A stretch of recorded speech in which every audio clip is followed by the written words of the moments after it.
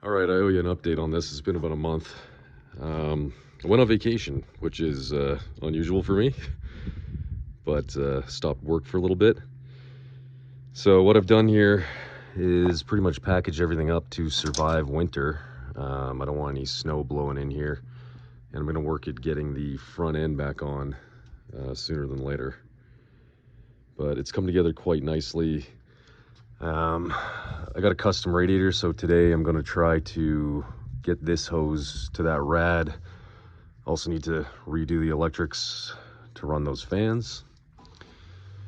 But you know, I had my buddy Sam give me a piece of advice a while ago about not building on stands so much and building it in car, and here's a great example of that. So, you know, did all my hoses and whatnot, and they clearance fine on an engine stand in the basement. But now that I got it in the car, this thing's touching, and that's not going to work. So I think I'm going to go to a 45 here and rebuild the hose. It's looking pretty tight back here for downpipe, but there's a decent amount of room. So hopefully I built that thing tight enough to make it down to its new home.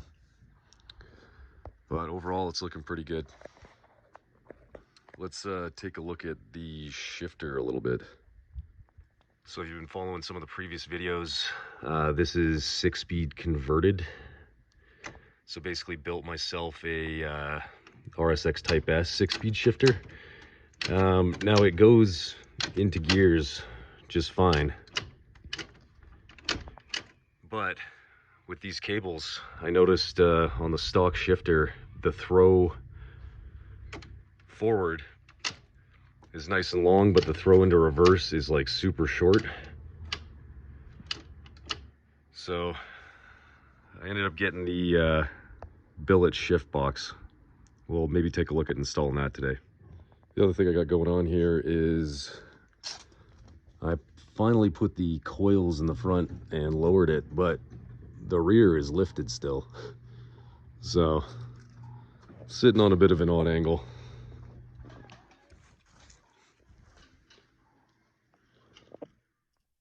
So this is a bit hard to demonstrate because there's definitely some feel involved. But what we got going on here is RSX cables. CRV original shift housing, but it's the same as RSX. I did do the one shift arm upgrade, which feels pretty nice. But you'll notice, like right off the bat, the neutral position falls slightly back of where it probably should be. And the forward throw into like 135 is fairly long, but the throw into 246 is like nothing at all. So it feels very odd as far as the H pattern. And we got this thing to try and sort that out. So notably, it's got some length adjustment on the actual throws forward and back and not just side to side. So you can see this arm right here, that guy, it's actually the throw for the lateral. So it tightens up the distance in the H pattern, the left to right. But my problem is forward and backward. And I was going to install this right now. But now that I'm looking at this thing, why don't we fully disassemble it and look inside. This is the AliExpress version. I think this was $93. Your K-Tune's going to be like $700. So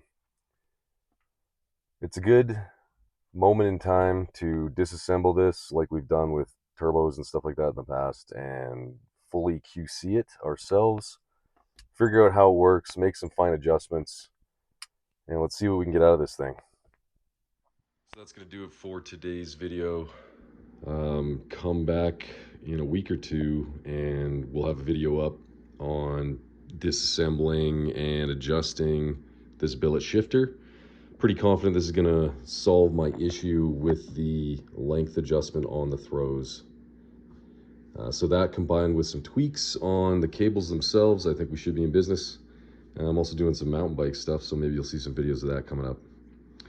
But if you like the videos and you're enjoying the content, go ahead, like and subscribe, and definitely let me know in the comments what you want to see or if you're interested in anything. And winter's coming here, so I'll have no excuse but to make some more videos inside. So see you then. Thanks.